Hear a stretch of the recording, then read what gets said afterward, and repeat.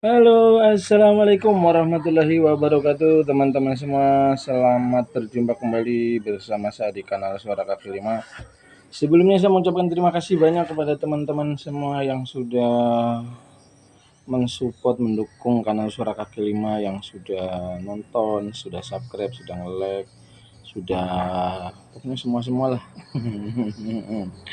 Sekali lagi saya ucapkan terima kasih banyak. Semoga kalian semua pada sehat, umurnya panjang, badannya sehat terus, nggak sakit-sakit, rezekinya berlimpah, uangnya banyak, habis-habis, keturunannya soleh-soleh, keluarganya soleh-soleh, pokoknya segala kebaikan semoga tercurahkan kepada kita semua, kepada bangsa ini dan kepada negeri ini. Oke teman-teman, pada kesempatan kali ini saya akan membahas satu hal yang menarik ya. Kemarin saya tidak perlu menampilkan penggalan atau cuplikan videonya ya. Kemarin adalah tanggal 1 Mei ya, yang diperingati secara nasional, sehingga tanggalnya itu merah, libur. Itu hari buruh nasional. Buruh itu ya pekerja ya, mungkin itu meliputi apa saja. Saya juga buruh gitu. Sama. Cuma karena di kampung itu enggak ada upah minimum UMR. Nggak kenal yang kayak gitu-gitu gitu. Tukang rambet, tukang ini ya, apa sih namanya ya, ada kesepakatan secara tidak tertulis gitu. Kalau harian tukang nyiangi rumput di padi itu satu hari 100.000 gitu kan. Itu UMR. Aduh. Kemudian kalau buruh itu kuli-kuli bangunan itu, yang tukangnya itu kan, itu di sini berapa ya, 200 ribuan lah, lumayan 200 ribu. Ya sama, saya juga buruh teman-teman. Jadi saya ucapkan selamat Hari Buruh Nasional. Oke teman-teman, kita bahas bersama-sama ya. Kemarin peringatan Hari Buruh Nasional yang biasanya itu selalu diperingati dengan cara-cara demonstrasi dia. Kenapa pemerintah kok kemudian eh, menetapkan Hari Buruh Nasional dan kemudian dikasihkan tanggal merah atau hari libur, supaya, karena biasanya buruh kan ada liburnya gitu, supaya ada satu hari yang bisa jadi ruang untuk menyampaikan atau menyuarakan aspirasinya gitu kan. Tapi selama ini yang kita tahu ya, bahwa ketika peringatan Hari Buruh Nasional itu selalu diwarnai dengan demo-demo gitu kan, demo-demo yang kita tahu lah yang namanya demo, apalagi buruh termasuk di Indonesia itu kan angkanya sangat besar sekali itu. Kalau saya melihat dari angkanya itu, pekerja Indonesia itu sekitar ratusan juta ya, 144 juta di 2024 apa angkanya, dari data di BPS ya, kurang lebihnya kalau tidak salah saya lihat itu ya. Hanya saja yang tergabung dengan komunitas-komunitas, serikat-serikat buruh itu nggak sampai jutaan gitu kan ya, ada berapa ratus ribu lah gitu kan yang tergabung dengan serikat-serikat buruh itu ya. Mungkin diantaranya yang udah tergabung itu ya termasuk hitungan yang di desa, di kampung-kampung, di desa-desa itu, yang buruh-buruh nyokel. Tahu nyokel enggak itu? Anu, nyokel kelapa itu loh. Kalau di sini kan ada buruh nyokel kelapa. Kita nggak kenal itu, apa namanya, BPJS Ketenagakerjaan, nggak kenal itu yang kayak gitu. Nggak kenal. Terus apa lagi itu? eh Pesangon, THR nggak kenal gitu. Oke, oke teman-teman. Jadi itu ya. Jadi biasanya pada hari buruh selalu diwarnai dengan demo-demo, yang karena buruh itu jumlahnya gede banget, besar banget, sehingga acap kali itu dimanfaatkan oleh orang-orang yang menginginkan memang negeri ini kacau gitu, biasanya gitu, menginginkan negeri ini itu gaduh gitu biasanya gitu, sehingga ditunggangi oleh orang-orang yang seperti itu, sehingga terjadilah kerusuhan-kerusuhan yang tidak diinginkan gitu. Sebenarnya ruang-ruang untuk menyuarakan bagi para buruh itu kan ya Ya sebenarnya banyak, tapi kan diperingati Hari Buruh Nasional itu kan satu bentuk penghargaan dari pemerintah bahwa buruh ini punya peranan penting untuk negeri ini gitu kan. Bayangkan kalau seandainya nggak ada buruh, nggak ada para pekerja, nggak ada karyawan, kayaknya dunia ini kan bisa kiamat mati gitu, macet, perputaran dunia ini macet gitu kalau nggak ada buruh. Ya itulah sekelumit dari para buruh. Nah, oke teman-teman, di peringatan yang kemarin ternyata punya warna yang berbeda, diperingati di Monas gitu. Itu kalau kemarin sih bukan demo lagi, artinya semacam perayaan Hari Buruh Nasional. Nah, kayaknya sih harusnya kayak gitu ke depan ya. Jadi tidak ada lagi demo-demo, yang ada perayaan Hari Buruh Nasional. Artinya teman-teman, kalau sudah eh, judulnya itu perayaan Hari Buruh Nasional, itu artinya buruh itu sudah mendapat perhatian dari pemerintah, itu maksudnya kayak gitu. Cuma kan kita teman-teman harus sadar juga, maksudnya gini, kadang-kadang buruh itu menuntut tuntutannya itu dengan gaji yang lebih tinggi gitu, sementara gaji tinggi banget gitu. Sementara kadang-kadang perusahaan kan berhitung juga, kalau kita menggaji dengan gaji yang sekian tingginya misalnya gitu kan, ini misalnya aja, nanti perusahaan itu bisa misalnya ya rugi ya apa gitu, akhirnya terjadilah PHK. Kalau PHK kan ya kasihan juga kan yang kena PHK itu kan. Olehnya itu ya kadang-kadang pemerintah jadi dilema juga, akhirnya ngambil jalan tengah. Kalau mau menaikkan nanti pengusahanya malah pada mutung gitu kan. Kalau misalnya upah buruh rendah ya kasihan para buruhnya gitu kan.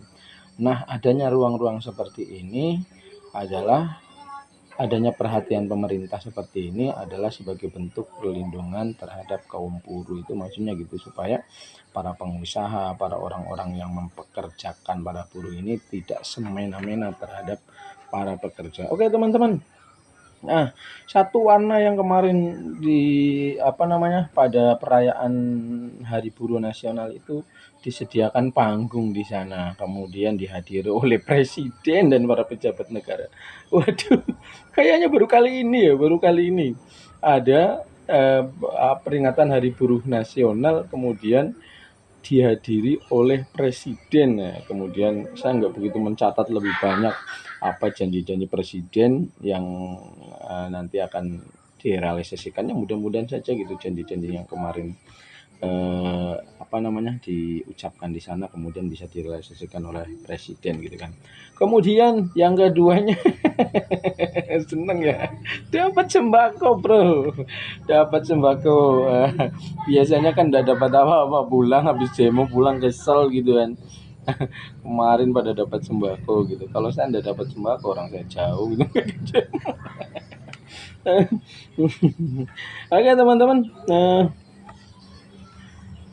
dari masa ke masa ya, bahwa peringatan buruh itu seperti yang saya katakan tadi, selalu bentuknya itu demo-demo ya, demo-demo. Maka mungkin ke depan itu kegiatan-kegiatan perayaan-perayaan Hari Buruh itu mungkin ya, saya tidak mengesampingkan tentang penyuaraan aspirasi dari para buruh. Artinya kalau mungkin lebih inovatif lagi perayaan Hari Buruh itu dengan melakukan aksi-aksi sosial, ini misal saja ya, aksi-aksi sosial, bantuan-bantuan nyata Hari Buruh. Kemudian eh, ini sih ya, pandangan saya bagaimana mengubah cara pandang buruh itu, tidak lagi bersuara tentang berpikir tentang bagaimana upah saya itu naik gitu, bagaimana upah buruh itu naik gitu, kemudian bagaimana tunjangan-tunjangan, bagaimana jaminan kesehatan, bagaimana pesangon-pesangon.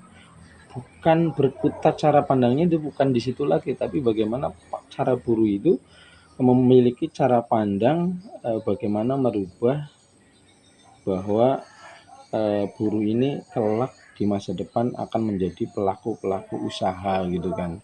ya entah itu usaha menengah, usaha kecil, tapi bukan lagi buruh tapi pelaku itu, pelaku usaha. Ini kan keren kalau udah seperti ini. Ini mah pandangan saya gitu kan. Sehingga misalnya dari masing-masing satu orang kok punya karyawan satu kan, kalau seandainya 1.000 orang udah membuka lapangan 1.000 lapangan pekerjaan gitu. Kalau bayang-bayang saya begini teman-teman, eh misalnya dalam satu serikat buruh itu ya, dalam satu serikat buruh itu kan biasa ada uang administrasi ya kalau tidak salah itu, kalau saya dengar-dengar. Misalnya dalam satu perserikatan buruh itu ada 1.000 orang anggotanya. Kemudian biasanya untuk menunjang operasional komunitas tersebut atau lembaga tersebut, biasanya kan ada iuran administrasi biasanya dari para anggota.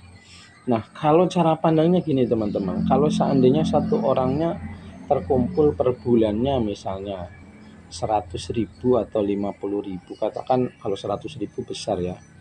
Kalau 100.000, kalau kita ambil mudahnya 100.000 kalikan 1.000 kan udah 100 juta itu dalam satu bulan terkumpul. Atau misalnya dalam satu tahun, ya kalau dalam satu bulan terkumpul kalau 1.000 orang udah 100 juta tuh, kalau 100 ribuan per orang gitu kan.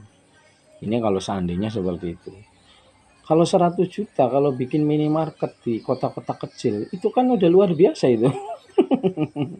Atau misalnya kalau ingin skalanya lebih besar gitu kan, 100 ribuan per 1.000 orang kan kalau sudah satu tahun dapat berapa itu? Dapat 1 miliar kan? Itu kalau minimarket dengan nilai 1 miliar itu waduh, kayaknya sih kalau di sini itu udah mirip-mirip Indomaret yang ada di sini itu dengan nilai 1 miliar itu. Jadi daripada uang itu, kita kan mungkin nggak tahu uang itu kemana, misalnya 1 miliar dalam satu tahun itu iuran per 1.000 orang. Kalau untuk membangun satu minimarket gitu kan dengan nilai misalnya 100 atau 200 juta di kota-kota kecil, itu kan sudah membuka satu lapangan pekerjaan, kemudian bagian dari bentuk investasi untuk para buruh itu sendiri.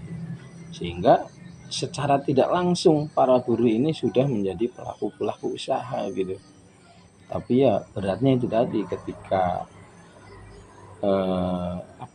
mengelola keuangan yang begitu besar, kadang-kadang sifat amanah itu yang perlu kita, yang mestinya ya yang diperlukan dalam karakter dari masing-masing kita itu. Oke teman-teman, mungkin ini saja ya pandangan-pandangan saya melihat dari Hari Buruh Nasional yang kemarin diperingati. Kemudian menurut saya punya warna sendiri karena dihadiri langsung oleh Bapak Presiden dan para pejabat negara, sehingga warnanya itu tidak seperti biasanya. Kalau biasanya demo-demo kadang anarkis gitu, kalau kemarin justru ada sambutan-sambutan dari pejabat negara, bisa langsung menyampaikan aspirasinya kepada presiden, bisa langsung ditanggapi oleh presiden, kemudian pulang bawa sembako. Oke teman-teman, sekian saja ya.